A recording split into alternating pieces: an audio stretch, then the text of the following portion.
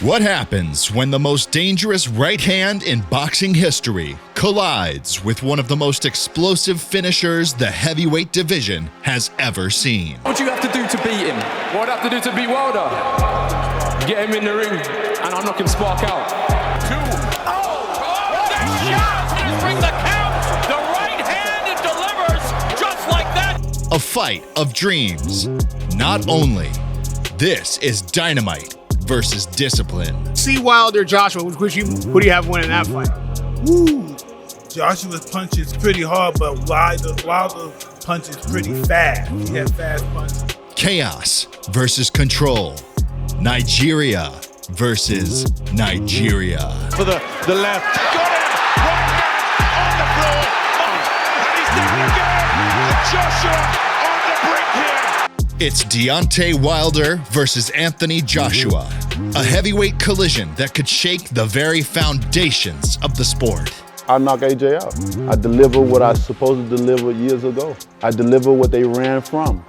I deliver what he asked for $50 million for. I'm gonna give him a $50 million knockout. Two warriors with knockout power, proud roots, and unfinished business. One fights like he's trying to erase you from existence. The other, like a calculated general, waiting for you to make one fatal mistake. So who wins when bombs start flying and the future of the heavyweight division is on the line? Subscribe, strap in, and let's break down the war that every boxing fan has been waiting for years. Deontay Wilder, born and raised in Tuscaloosa, Alabama. Wilder's heritage traces back to the Edo people of Nigeria.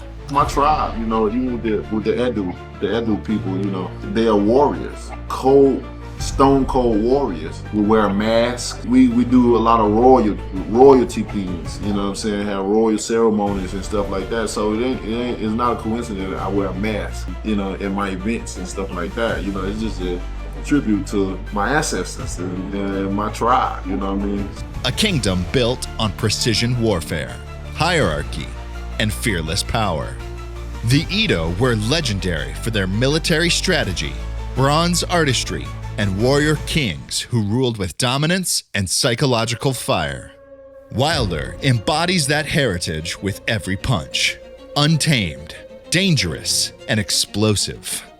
He didn't even step into a boxing gym until age 20. The sport, most guys started anywhere from 8 to 12 years old. Deontay started at almost 20. But within 2 months, we had already had him sparring a professional boxer. And yet, within a decade, he became the WBC heavyweight champion. His record is staggering. 43 wins, 42 knockouts. One mission, destruction. A big right hand. When Wilder throws that right hand, it's not a punch. It's a declaration of war. Should definitely. He is the one guy that literally can shut everyone's lights out with one shot. Everyone's a knockout artist. Foreman was a knockout artist. Frazier, Tyson, of course, was a knockout artist, but not like this guy. This guy's got, it's like another level of craziness. Anthony Joshua. From Watford, England, Joshua was raised by Nigerian parents of the Yoruba tribe, a culture famous for its structured warrior tradition. The Yoruba built great empires like Oyo, and their elite fighters, the Eso warriors, were trained for strategy, discipline, and resilience. Honor and dominance went hand in hand. Joshua's style mirrors this lineage, powerful, precise, and composed under pressure.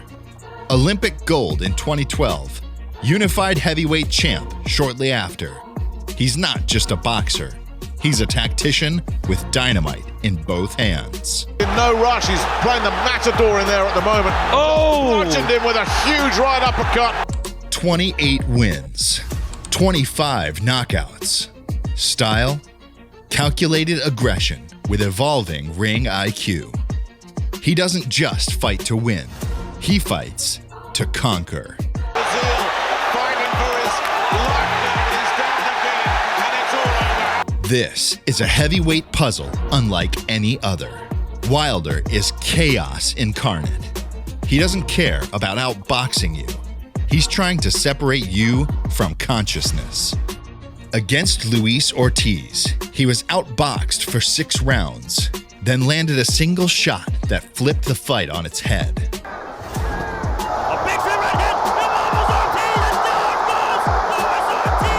Same thing with Dominic Breazeale. 1 round, 1 punch, good night. This point. Oh, big right hand. Down goes Brazil. But the cracks are there. In his trilogy with Tyson Fury, when he couldn't land the big one early, we saw a man who struggled under sustained pressure, vulnerable to volume, inside work, and body shots. Joshua, on the other hand, is a hybrid. In his early career, he tore through opponents with pure brute force. But in recent fights, especially against Jermaine Franklin and Otto Wallen, he's evolved, showing patience, head movement, and smart footwork. Under Ben Davison, he was sharper and more composed than ever. Still, AJ has his demons. When clipped, he's been known to unravel. The Dylan White fight showed his grit. The Usyk fights showed his limits. He's best when he dictates the pace, not when faced with technical masterminds of the sport. Before we talk about why now is the right time for AJ versus Wilder, we need to address the ghosts in the room, namely Anthony Joshua's losses to Alexander Usyk and Daniel Dubois, and how they stack up against Wilder's setbacks. Let's start with Usyk, the slick southpaw genius.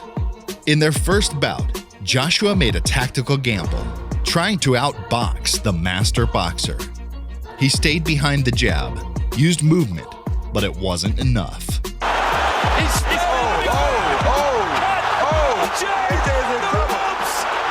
Usyk's angles, footwork, and timing picked AJ apart over 12 rounds. In the rematch, AJ fought with more urgency and body shots, but Usyk adjusted again, pulling away late. Oh, big left hand connects from Usyk. AJ wasn't aggressive enough until it was too late. In fact, they say AJ focused too much on trying to outbox Usyk, something no human on earth has ever achieved.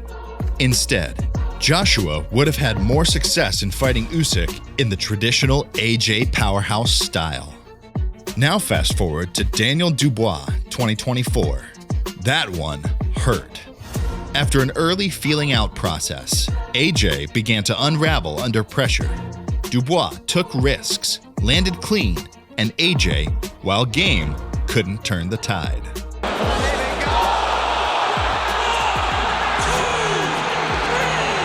He didn't look flat, but he didn't look fearless either.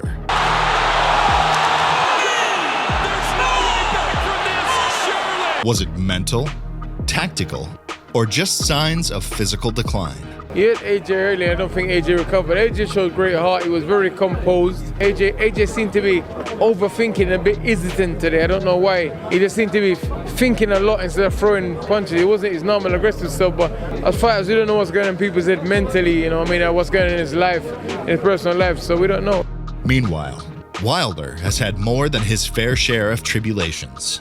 He suffered 2 brutal knockout losses to Tyson Fury, and most recently, a unanimous decision loss to Joseph Parker. Wilder had no idea, no clue. He lost 120, 108. He lost every round, and he's there in front of the referee at the end, putting his hand up, saying, "I've won the fight." He's not right. I mean, that's the reality. His weaknesses were exposed: poor footwork, limited defense, and an over-reliance on one weapon. But even when Wilder loses, he remains a live wire. You feel like he could end it at any second. In contrast, when AJ loses, it often feels like his confidence fades before the final bell. The biggest fight in the world. It's been that way for a very long time, and it still is now. That fight has been a situation where it's been hot and cold. Now the moment has came where every time the talks happen, it always get back hot. and then somehow it'll die back down. You know, it don't happen. But now the moment has came where it's the closest that it's ever been in history right now. Two fallen kings, two battered legacies. And that's exactly what makes this matchup so damn necessary. So, why is now the moment for Wilder and Joshua to finally throw down? Because both men are standing at the edge of legacy. Both men have failed to cut the mustard, and both men need the hype of this fight to reignite their careers and put them back on the upwards trajectory. This little devil on my shoulder, the fighting man, says Wilder at Wembley, boom. And then this devil on my shoulder, the manager hat, says, what's best to guide my career? I think if it's pushed that way, it has to happen. And I just think, I'm gonna do things my way, innit? If Wilder works, we're gonna make it happen. Despite all the losses, no one can beat. At 38, Deontay Wilder is running out of time. The power, still unmatched. But recent losses to Zhilei Zhang and Joseph Parker have chipped away at the aura. If Wilder wants to be remembered as more than just a knockout artist, if he wants to be known as a true all-time great, he needs this fight. So Joshua is the #1 fight in the world for me. Me and him. That's and that goes off of everywhere I go. I hear people, me and Joshua, and that's the #1 fight for them as well. For them. So, with that being said, you know, if that's the #1 fight in the world for me to have, that's what I want. Anthony Joshua, meanwhile, is rebuilding. Once the poster boy for boxing's new era, AJ is now on the comeback trail. His devastating KO over Otto Wallin and his dominant performance against Franklin show the fire is back. But fans still question, can he beat an elite finisher? Can he weather a war? Both men have immense fan bases, global draw, and knockout potential. But more importantly, this fight would finally answer the question fans have debated for nearly a decade. If Joshua really won this fight, he know how to make it happen. They say they got so many things going on. That can be happen. Get the fans what they want to see. Now the man himself there with the voice, with coming to him, telling him, don't wait, take the day. Deontay Wilder, WBC heavyweight champ of the world. You know, we packing that Alabama power. Joshua, we ready. Are you up for the test? Cause I know I'm the best. All you gotta do is set the date. Don't wait, mate. The winner becomes a living legend. The loser faces the twilight of their career. It's now or never. No more tune-ups, no more almost, and no more excuses. Let the lions hunt. Let the titans clash. But here's the twist. Could either of them even beat Daniel Dubois today? Wilder's raw power could certainly test Dubois' chin, but his recent struggle with movers like Joseph Parker and power-punching brickhouses like Zhilei Zhang raises doubts. The one thing about Wilder, his greatest asset has always been what? His right hand. You know, he's got power. He's got a great eraser. It can get rid of a lot of mistakes. But his technique has never been good, if you're going to be honest about it. You know, but his power has always pulled him out of the fire. His technique betrayed him tonight. Joshua already lost to Dubois, and questions around his hunger persist. Yet all of this might be irrelevant, because Moses Itama is coming. Undefeated, untested at the elite level, but undeniably terrifying. Itama! That's it! Quick recover from that! Fight's done! Itama has the speed of a cruiserweight and the power of a wrecking ball. Way on that front foot. Oh, what a shot! There he goes. The old guard is still fighting for legacy, but the future, it might already be knocking at the door. Hard. This isn't just a fight. It's a clash of identities. Edo ferocity versus Yoruba discipline. Unrefined power versus calculated destruction. Two paths, one destiny.